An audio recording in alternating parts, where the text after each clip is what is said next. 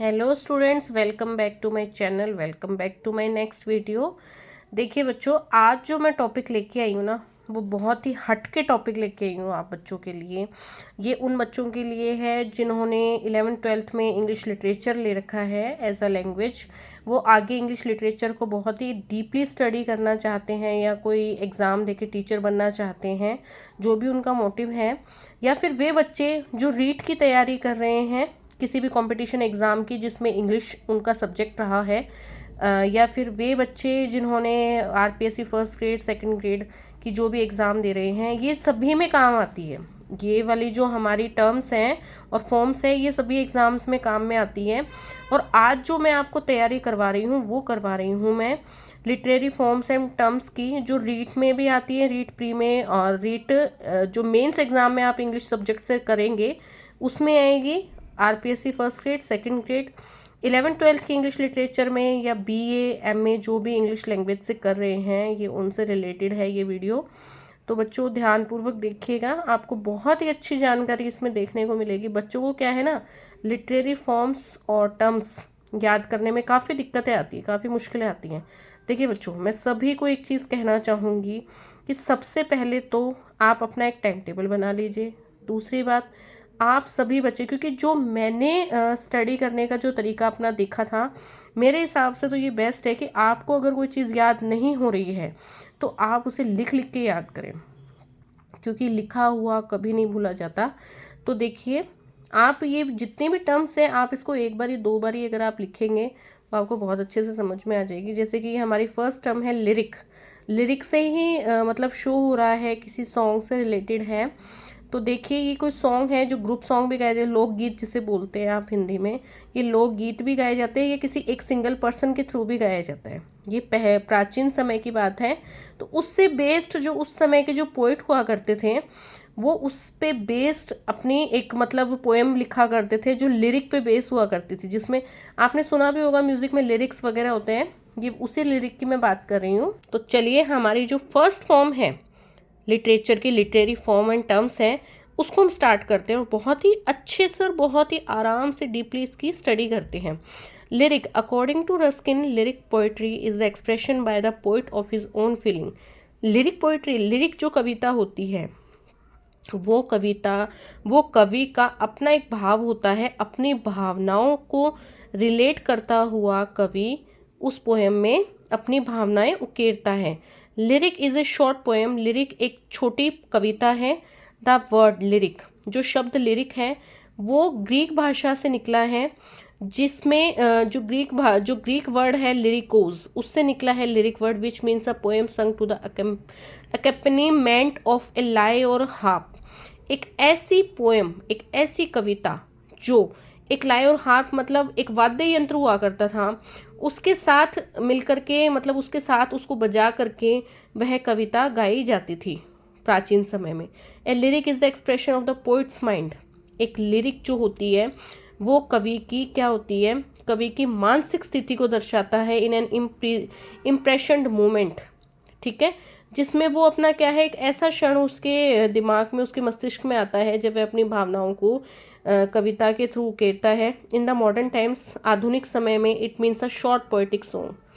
इसका अर्थ ये होता है, लिरिक का अर्थ होता है एक छोटा कविता का गीत, ठीक है, काव्य गीत, in which poet expresses his personal thoughts, जिसमें कवि अपनी खुद की पर्सनल थॉट्स, अपने खुद के विचार और इमोशंस एक बहुत ही शुद्ध व्यक्तिक तरीके से और संगीत के तरीके से दर्शाता है। It is a rhythm expression of strong emotions.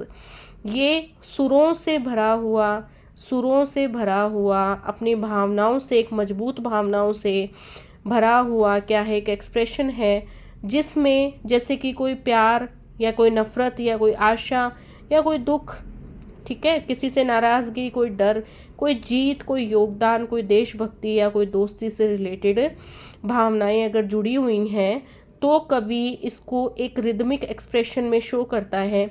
Lyrics के टू टाइप्स होते हैं, पर्सनल एंड इम्पर्सनल। पर्सनल का मतलब होता है व्यक्तिक तरीके से और इम्पर्सनल होता है अवैयक्तिक तरीके से। In a personal lyric the theme revolves around the poet.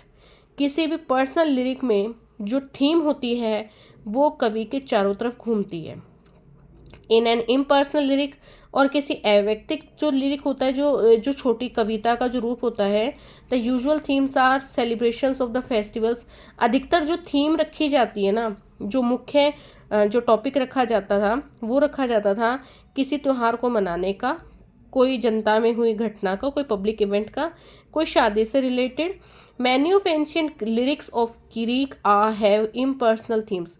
बहुत सारे ग्रीक से रिलेटेड बहुत सारे प्राचीन जो लिरिक्स है ना, वो अधिकतर इम्पर्सनल थीम्स पे रिलेटेड है। Ancient lyrics were of two types. प्राचीन समय के जो लिरिक्स हुआ करते थे वो टू टाइप्स के होते थे, कॉरिक लिरिक, मोनोडिक लिरिक। कॉरिक से मतलब कोरस, कोरस मतलब जो लोकगीत जिसे हम आज बोलते हैं, आज सभी के घरों में लोकगीत गाए भी जाते हैं, उन अपनी प्राचीन संस्कृति से जुड़े रहते हुए आज भी लोकगीतों का बहुत ज़्यादा प्रयोग है, चलन है।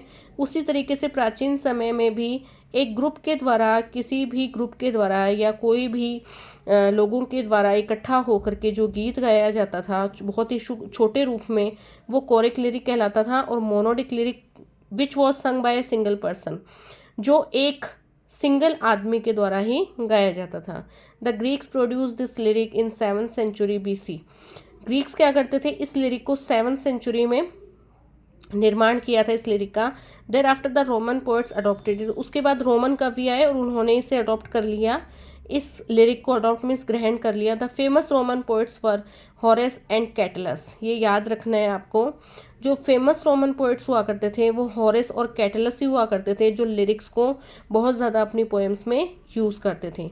अब लिरिक्स का इंग्लिश लिटरेचर में क्या योगदान है, ध्यान से देखिएगा। Sir Thomas Wyatt introduced it in English. Sir Thomas Wyatt ने इसे इंग्लिश में ही सबसे पहले इंट्रोड्यूस करवाया था। The famous lyricist of Elizabethan period are Surrey, Sidney Spenser, Shakespeare and Ben Jonson. जो सबसे ज़्यादा प्रसिद्ध एलिजाबेथन पीरियड के जो सबसे ज़्यादा लिरिसिस्ट थे वो थे Suri, Sidney, Spenser, Shakespeare and Ben Johnson. देखिए 4 नेम तो ऐसे ही शुरू हो रहे हैं, 4 नेम तो ऐसे ही शुरू हो रहे हैं। बहुत ही अच्छी पहचान है आपको एग्ज़ाम में याद करने की। सूरी, सिडनी, स्पेंसर, शेक्सपियर, ये 4 तो नेम जो आपके हैं जिन्होंने इंग्लिश लिटरेचर में लिरिक्स का यूज़ किया, वे तो ये 4 व्यक्ति थे। और एक बेन जॉनसन और इसमें ऐड कर लीजिएगा। फॉर 2 सेंचुरीज, 2 शताब्दियों से it disappeared except cavalier poets Robert Herrick. 2 शताब्दियों से तो ये ऐसा हो गया कि ये डिसअपियर ही हो गया, गायब ही हो गया। खाली कैवलियर पोइट्स जैसे रॉबर्ट हैरिक, हार्वर्ट, इन्होंने ही इसका प्रयोग जारी रखा। इन 19th सेंचुरी, 19वीं शताब्दी में it was revived by the Romantics. फिर इसका पुनर्जन्म हुआ रोमांटिक्स के द्वारा। रोमांटिक्स जो रोमांटिक कवि हुआ करते थे उस ज़माने के, उन्होंने 19वीं शताब्दी में इसे फिर से इसको पुनर्जीवित किया, जिनमें कवियों के नाम शामिल है Wordsworth, Coleridge, Byron, Shelley and Keats etcetera. Shelley was the greatest of all. Shelley इन सब में महान थे। Other poets are Tennyson. कुछ दूसरे कवि थे जिनका नाम था Tennyson, Browning and Robert Bridges. ये 3 कवियों के नाम हैं, Tennyson, Browning and Robert Bridges, जिसमें जो 19th सेंचुरी में रोमांटिक्स कवि थे और जिन्होंने वापस लिरिक्स का क्या किया, पुनर्जीवित किया। Qualities of lyric poetry. अब देखिए लिरिक कविता की क्वालिटीज़ क्या थी, गुण क्या थी, विशेषताएं क्या थी। It is always an expression of the poets personal feelings. यह हमेशा एक ऐसा भाव रहा है जिसमें कवि की पर्सनल फीलिंग्स को ज़्यादा शो किया गया है। इन नेचर, प्रकृति में, इट इज़ सब्जेक्टिव। अगर बोले तो, अगर हम ऐसे बोले प्रकृति के रूप में, प्राकृतिक तौर पे अगर बोला जाए तो ये सब्जेक्टिव है। मीन्स जो करता होगा ना, जो बोल रहा है, जो कविता लिख रहा है, वो उसकी खुद की पर्सनल फीलिंग से रिलेटेड है।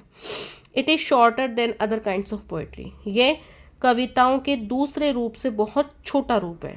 लिरिक पोएट्री जो होती है वो जो दूसरी कविताएं लिखी हुई होती हैं उनसे काफ़ी छोटे फॉर्म में लिखा जाता है। इट इज़ स्पॉन्टेनियस, ये लगातार चलती रहती है। मतलब it is cry of the heart, ये दिल का दर्द है। So it is sincere and effortless. तो ऐसा कह सकते हैं कि बहुत ही सिंसियर है और प्रयत्न रहित है। It has music and melody. इसमें संगीत है, सुर है। सो इट इज़ लवेलेबल, मतलब ये क्या है, प्यार करने योग्य है। It expresses single emotion in a swift fleeting and passionate way, so it has no ornamentation. इसमें कोई श्रृंगार नहीं है, ये सिर्फ और सिर्फ एकमात्र भाव को दर्शाता है, बहते हुए बहुत ही नम्र तरीके से एक बहाव के साथ में इंसान का, कवि का दिल का जो दर्द होता है, जो उसकी पर्सनल फीलिंग्स होती है, खुशी होती है, घृणा होती है, वो अपने एक सिंगल इमोशन को एक पोएम में उकेर देता है, जिसमें कोई भी साज सजावट नहीं होती, कुछ भी वो बढ़ा चढ़ा करके नहीं लिखता है। Some of the best lyrics are Shakespeare's under the greenwood tree. Shakespeare की कुछ बहुत ही बेहतरीन लिरिक्स हैं, जैसे कि under the greenwood tree. Thomas Carew's की थी the true beauty, J Fletcher's melancholy etcetera. ये कुछ नेम हैं जो बहुत ही बेहतरीन लिरिक्स जिनको कह सकते हैं हम। देखिए, थॉमस कैरू की एक छोटी सी पोएम है, शॉर्ट लिरिक पोएम जिसे आप बोल सकते हैं। He that loves are rosy cheek or a coral lip admires or from star like eyes doth seek fuel to maintain his fires as all time make these decay, so his flames must waste away. But a smooth and steadfast mind, gentle thoughts and calm desires, hearts with equal love combined, kindle never dying fires. Where these are not, I despise lovely cheeks or lips or eyes. चाहे ये रहे या ना रहे, I despise lovely cheeks or lips or eyes। इसमें क्या है, देखिए, इस कविता में बहुत ही सच्ची सुंदरता का वर्णन किया गया है, जिसमें गुलाबी गाल हैं, जिसमें क्या है, तारों के जैसे चमकती हुई आँखें हैं। ऐसा लग रहा है जैसे कि वह आग को फ्यूल दे रही हैं, ईंधन दे रही हैं। जैसे जैसे टाइम पुराना होता जाता है, हो सकता है कि उनकी ज्वाला चली जाए, ख़त्म हो जाए, लेकिन फिर भी एक बटा smooth and street fast mind, gentle thoughts and काम डिज़ायर्स, बहुत ही प्यारे विचार और शांत इच्छाएं आज भी दिलों में ज़िंदा हैं, उनको कभी भी मरने ना दिया जाए। वेयर दीज आर नॉट, चाहे ये रहें या ना रहे, चाहे प्यारे गाल, होठ और आंखें रहें या ना रहें, लेकिन जो हमारे दिल, ठीक है, हमारे दिलों में जो प्रेम है, प्रेम के भाव हैं, उनका अंत कभी भी ना होने पाए। देखिए, आपको बहुत ही अच्छे से मैंने लिरिक्स आज इस वीडियो के माध्यम से आपको समझाया है, और अगर आप चाहें तो ये नोट्स भी बना सकते हैं, चाहें तो आप इस वीडियो से भी अच्छे से समझ सकते हैं। अब जो मैं आपको समझाऊंगी नेक्स्ट वीडियो में, वो मैं आपको सिखाऊंगी सोनेट से रिलेटेड, ठीक है। सोनेट से रिलेटेड, व्हाट इज़ सोनेट, ये एग्ज़ाम में काफ़ी आते हैं, ये रीट के एग्ज़ाम में, रीट मेंस में MCQs क्वेश्चन बन के आते हैं, इन्हीं में से निकल के आते हैं। और आप देख लीजिए अपने BA में, MA में जो आपके लिटरेरी टर्म्स है, जिन्होंने इंग्लिश लिटरेचर को एज ए लैंग्वेज यूज़ किया है या पेपर को आप पढ़ रहे हैं, उसमें सारे लिटरेरी फॉर्म्स और टर्म्स का यूज़ होता है। तो आपको जो अब नेक्स्ट वीडियो में मैं सिखाऊंगी या समझाऊंगी, वो होगा आपका सोनेट से रिलेटेड। आप लोगों ने सोनेट वर्ड यूज़ किया भी होगा, पढ़ा भी होगा अपनी पोएम्स में। तो अभी जो नेक्स्ट वीडियो आएगा वो सोनेट से रिलेटेड आएगा। आई होप कि आप सभी को ये वीडियो बहुत अच्छे समझ में आएगा। अगर आपको कोई कमी नज़र आती है, अगर आपको कुछ लगता है कि इसको और बेहतरीन बनाएं, तो आप कमेंट ज़रूर कीजिएगा। आपको अच्छा लगे तो भी आप अच्छे से अच्छा कमेंट कीजिएगा। इसे शेयर, लाइक और सब्सक्राइब करना ना भूलें। That's all, thank you.